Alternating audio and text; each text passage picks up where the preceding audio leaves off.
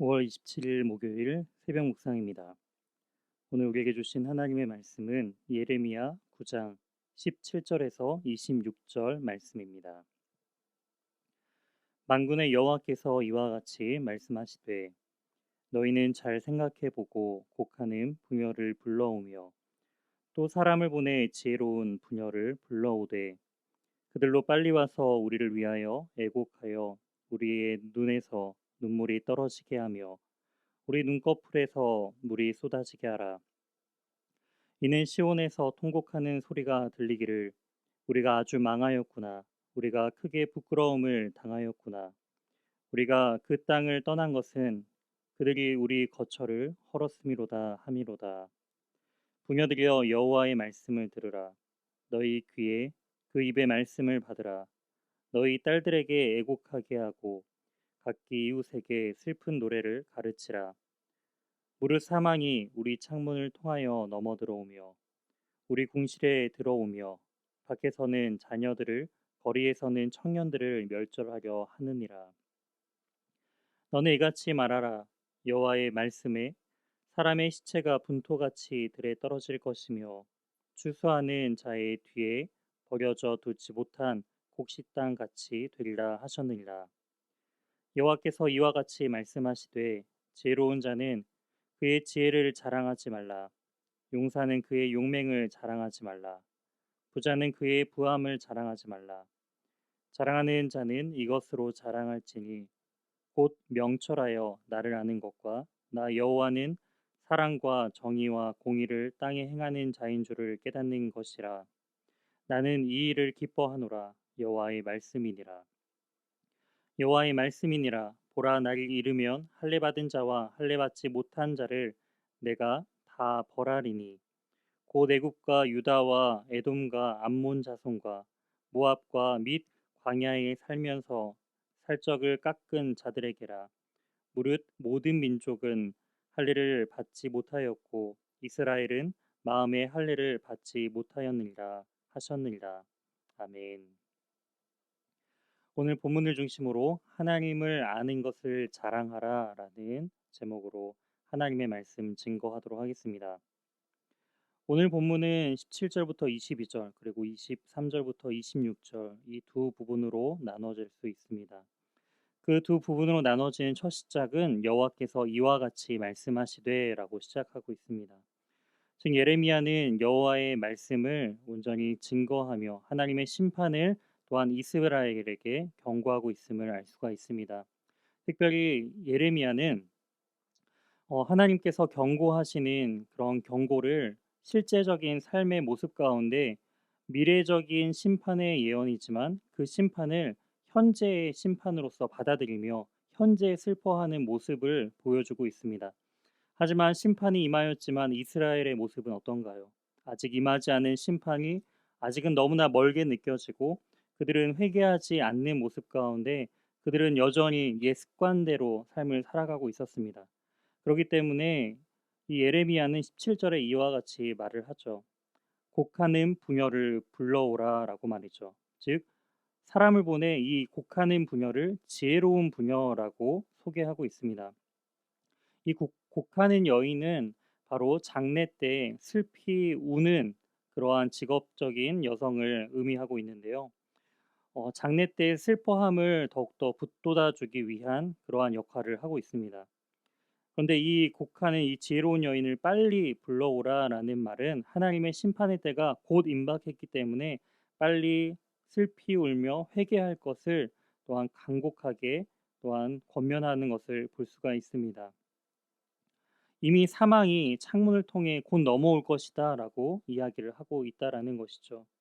이는 왕하 9장 37절에서 말씀하는 것처럼 이세벨이 창문 가운데 던짐을 받아져서 그의 몸이 이제 곧 시체가 되는 그러한 심판의 때를 의미하는 것처럼 예루살렘의 그 거민들도 이 이세벨과 같이 곧 하나님의 진노와 심판으로 인하여서 그들의 자녀들 그리고 청년들은 모두 멸절당하며 그의 시체들은 쓰레기 더미처럼 아무런 그러한 시체들을 누구 하나 거두지 못하게 될 것이다라는 그러한 심판에 대한 부분들을 경고하고 있습니다.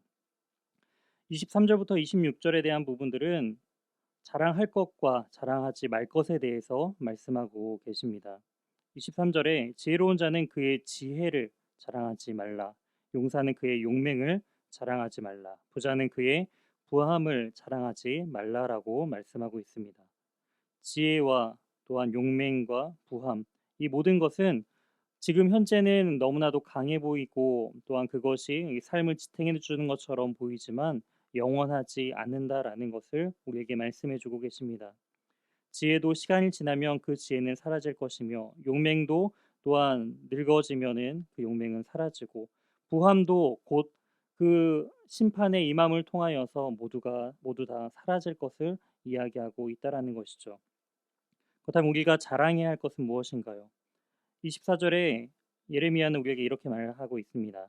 자랑하는 자는 이것으로 자랑할지니 곧 명철하여 나를 아는 것과 나 여호와는 사랑과 정의와 공의를 땅에 행하는 줄을 깨닫는 것이라. 즉 여호와 하나님을 자랑하라라는 것입니다. 여호와 하나님의 그 사랑과 정의와 공의를 행하시는 여호와임을 온전히 깨닫고 여호와 하나님을 자랑하라라는 것이죠. 여기서 정의와 공의를 땅에 행하다라고 표현하고 있는데요. 이 행하다라는 뜻은 원어적으로 창조하다라는 뜻을 가지고 있습니다. 즉 하나님의 인애와 공의는 바로 그분의 뜻을 위하여 무언가 새롭게 창조하는 행위가 된다라는 것이죠. 즉 하나님의 그 온전한 속성인 사랑과 정의와 공의를 행하는 자를 통하여서 하나님께서는 새롭게 그들의 삶을 창조하실 것이다라고 우리에게 말씀해 주고 계십니다. 오늘 이 말씀을 통해 우리는 두 가지를 또한 접목해 볼 수가 있습니다. 즉 우리가 하나님의 진노하심을 깨달아서 빨리 우리의 삶 가운데 옛 습관을 버리며 우리가 진정으로 자랑해야 할 것이 무엇인지를 우리는 깨달아야 합니다. 예레미야는 하나님의 진노와 그 심판의 때를 미래적인 그러한 예언으로서만 그가 받아들인 것이 아니라 실제적인 삶 속에서 하나님의 심판이 온전히 임할 것을 깨달아 그는 그 하나님의 미래적인 심판을 현재의 삶 속에서 누리면서 그는 절망하고 괴로워하며 슬피 울며 그의 삶으로 이스라엘 백성들에게 하나님의 심판이 임할 것을 삶으로 증거하였습니다. 이처럼 우리 역시도 하나님의 온전한 심판과 하나님의 또한 나라가 온전히 임할 것을 우리가 우리의 삶 속에서 현재적인 삶 속에서 삶을 살아가며 또한 하나님을 자랑하는 복된 인생을 살아가는 저와 사랑하는 우리 연희교회 모든 성도님들 되시길 주님의 이름으로 소망합니다. 함께 기도하시겠습니다.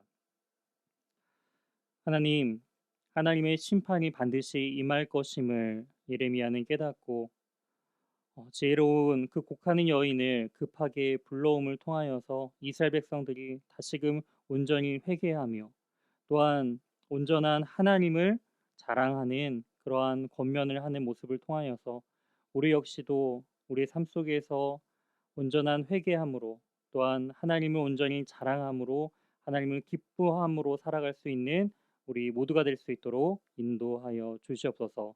오늘도 주님의 말씀 가운데 늘 거하며 하나님을 아는 것을 온전히 자랑하는 복된 인생을 살아갈 수 있도록 도와주실 것을 믿사오며 이 모든 말씀 살아계신 예수 그리스도의 이름으로 기도드립니다. 아멘. 다음 기도 제목을 가지고 함께 기도하시겠습니다. 오늘 말씀을 기억하며 하나님의 구별된 백성으로서 하나님을 인격적으로 배우고 아는데 집중하게 해달라고 기도해 주시기 바랍니다. 이어서 코로나19의 조속적인 종식과 교회와 모든 성도들의 안전을 위해 기도해 주시기 바랍니다. 세 번째로 박재훈 담임 목사님에게 하나님의 은혜와 능력이 충만하여 연희교회를 잘 이끌어 가실 수 있도록 기도해 주시기 바랍니다. 이어서 이찬우 송용희 선교사님의 사역과 가정을 위해 기도해 주시기 바랍니다.